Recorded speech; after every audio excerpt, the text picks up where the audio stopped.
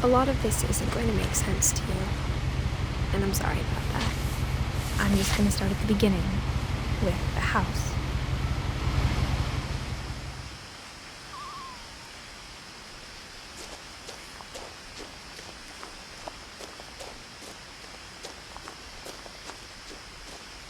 I lived here until I was 11, but I wasn't allowed inside half the rooms.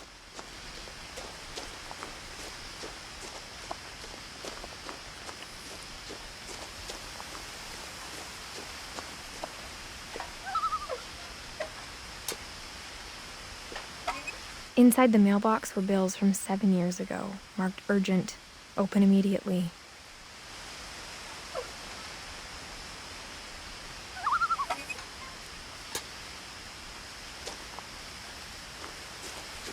I hadn't been back since my brother Lewis's funeral.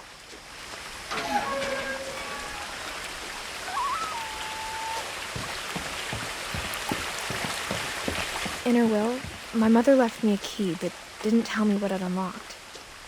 Maybe she thought I'd know, or she thought that the mystery would be enough to bring me back.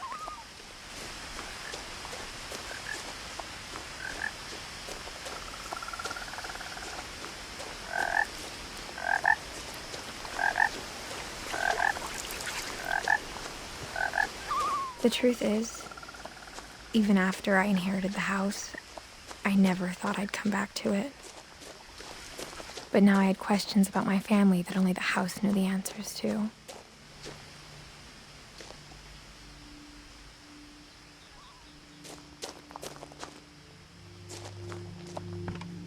The woods around the house have always been uncomfortably silent, as if they're about to say something but never do.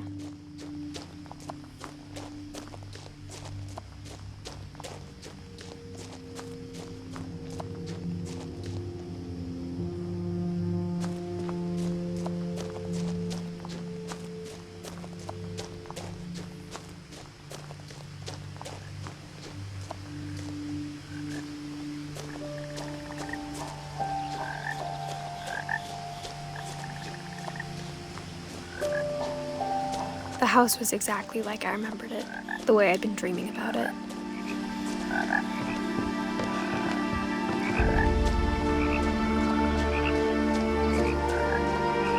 As a child, the house made me uncomfortable in a way I couldn't put into words.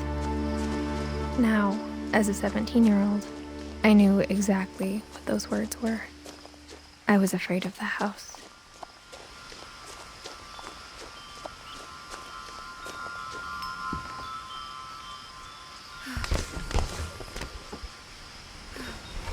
Crawling through the doggy door used to be a lot easier when I was 11.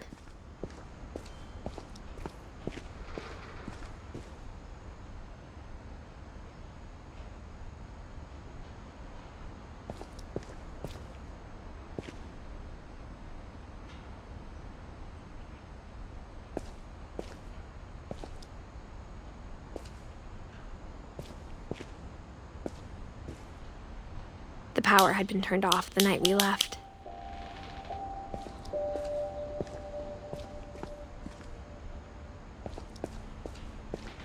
For the first time in years, I felt like I was home.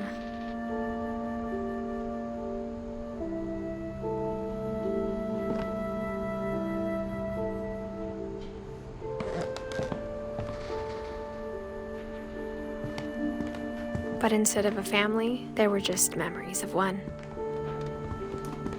Like how only one restaurant would deliver to our house, so we had Chinese a lot.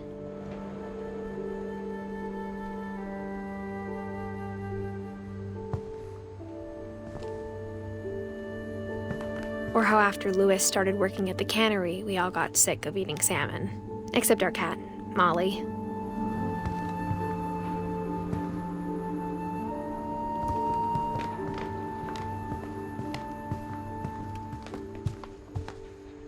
The table was still a wreck from the night we left. It was like a bomb had gone off, killing everyone but sparing the furniture.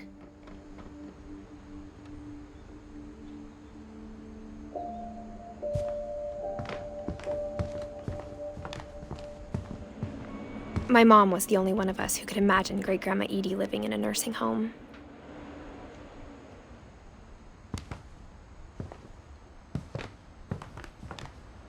Nothing in the house looked abnormal.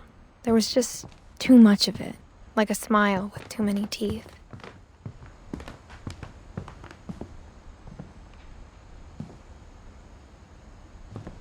Mom always told me to stay out of the basement, so I wasn't too surprised when the key didn't fit.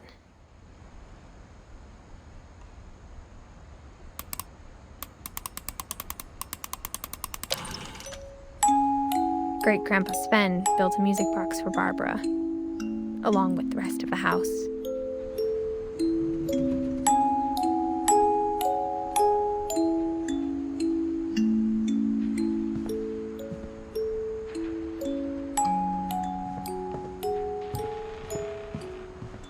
A lot of things got left behind in the whirlwind of that last night.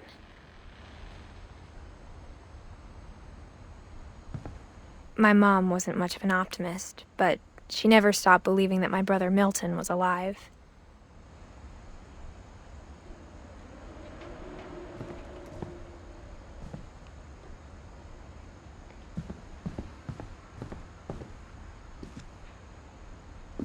After Milton disappeared, Mom sealed up all the bedrooms.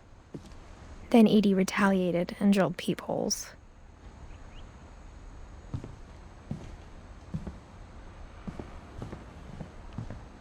I spent a lot of time playing in Great Uncle Walter's room. Louis told me there were secret passages, but I never believed him.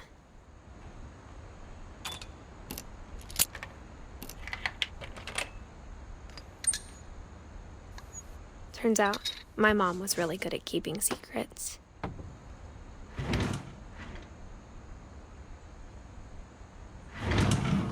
Now it was time to find out what my mom had been afraid of.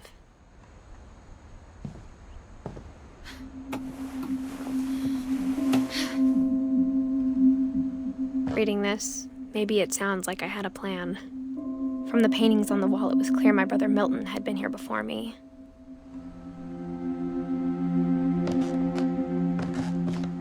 But I had no idea what was behind that door.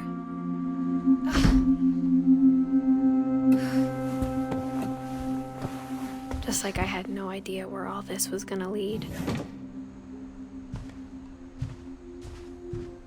I grew up looking at Molly's room through the peephole. Molly's gerbil had a tiny bedroom with its own even tinier gerbil cage.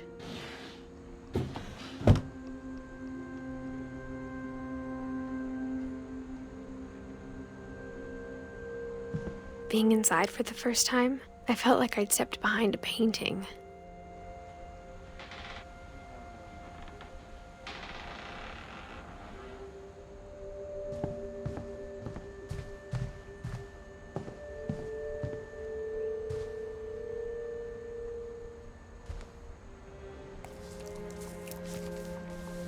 December 13th, 1947. Dear Diary, I'll be gone soon, but I wanted to tell somebody about what's gonna happen. It started when Mom sent me to bed without dinner. I woke up and I was starving, so I looked around for something to eat. The gerbil food was dry, but I didn't mind it.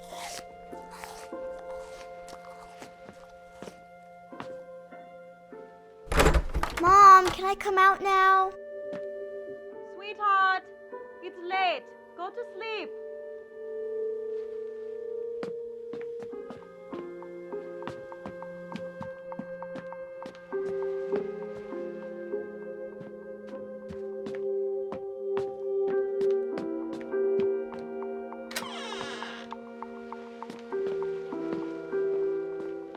I kept eating and eating.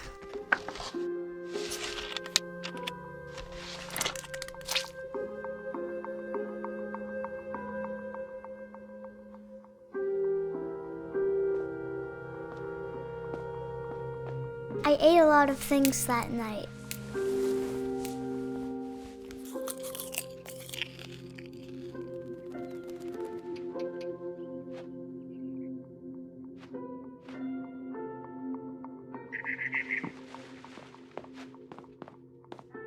Then I heard chirping outside my window. It was a barn swallow going back to her nest. I reached out for her.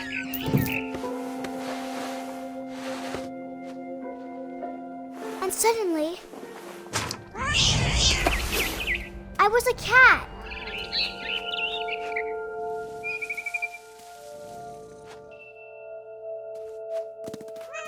I tried to be quiet, but the bird was really scared.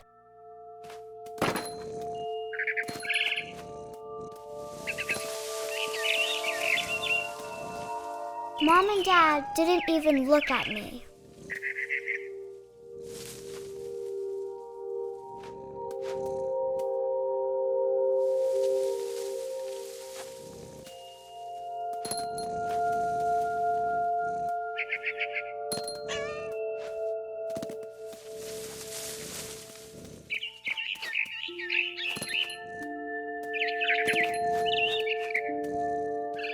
I jumped and I almost got her.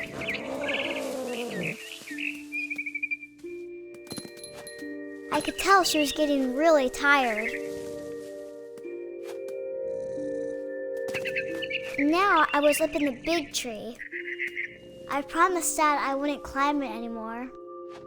All I cared about was eating that mama bird.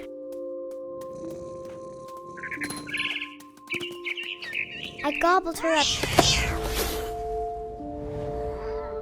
And suddenly, I was an owl. First, all I heard was the wind.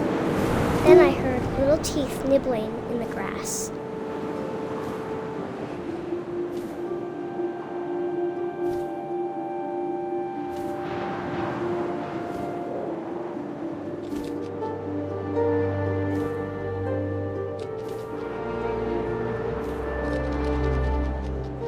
Rabbits.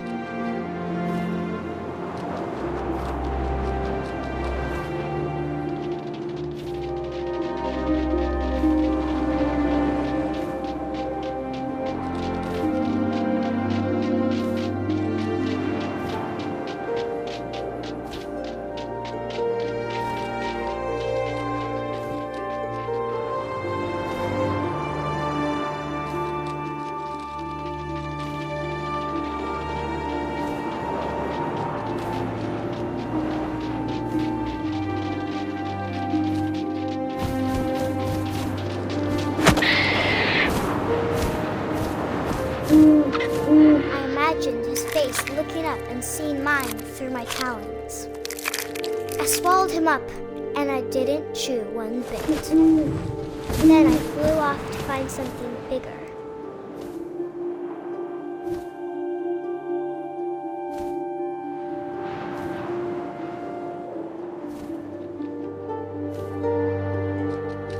A mama rabbit.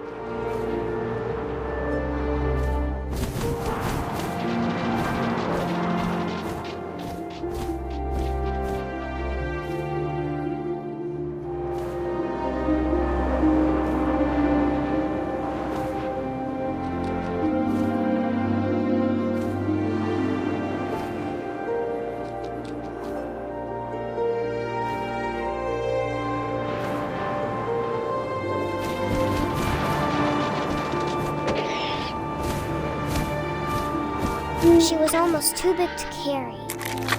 I started choking, but I couldn't stop eating. And suddenly, I was a shark.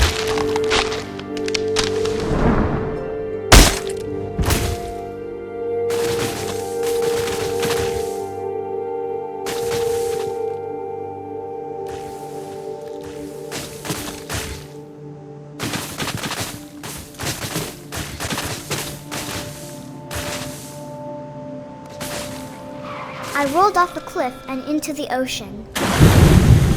Now, I was hungrier than ever.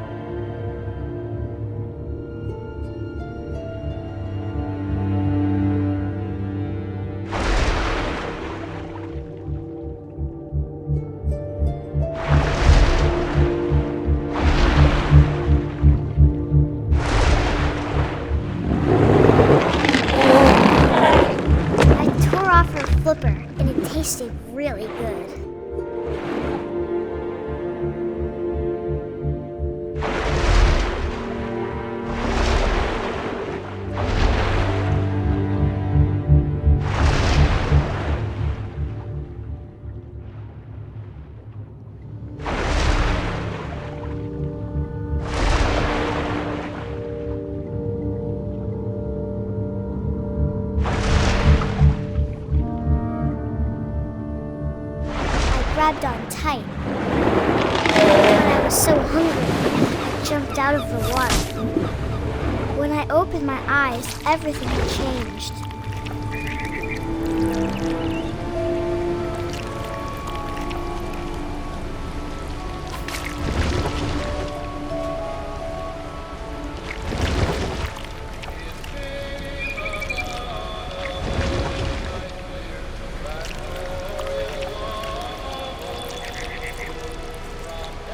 Now I was a monster, and I smelled people everywhere.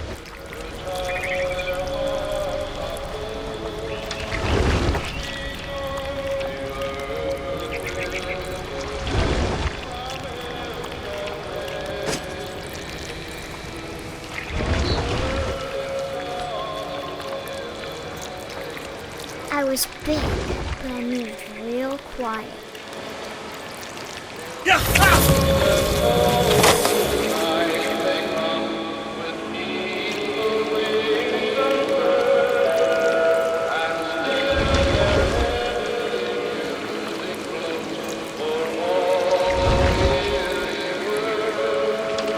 I wanted to stop, but also I didn't.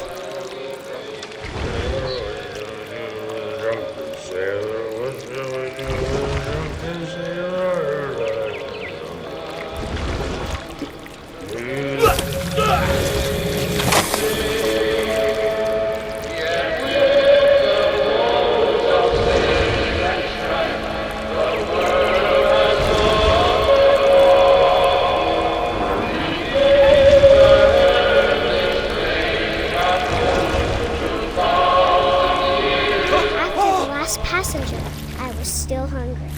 And to cross the water, I smelled something new. Something I had to have, so I swam towards it.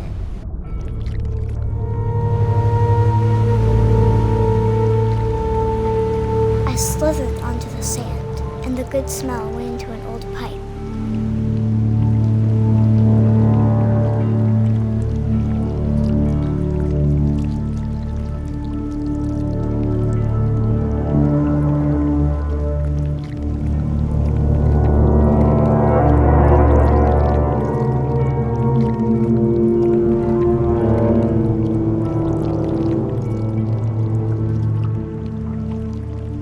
I got closer and closer.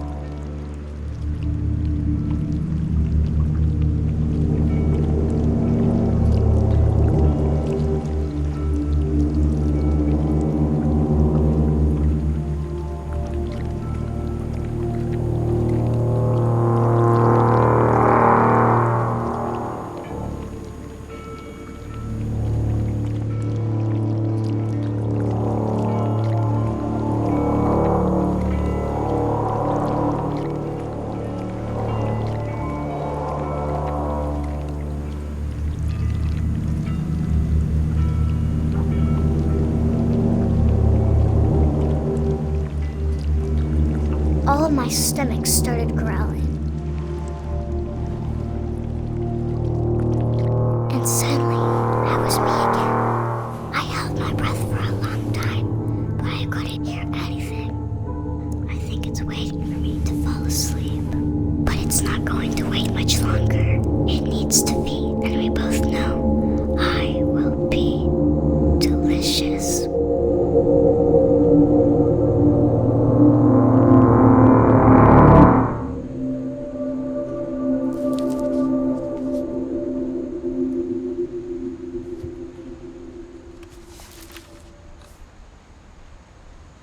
I'm not sure if I believed all of that, but I'm sure Edie would have.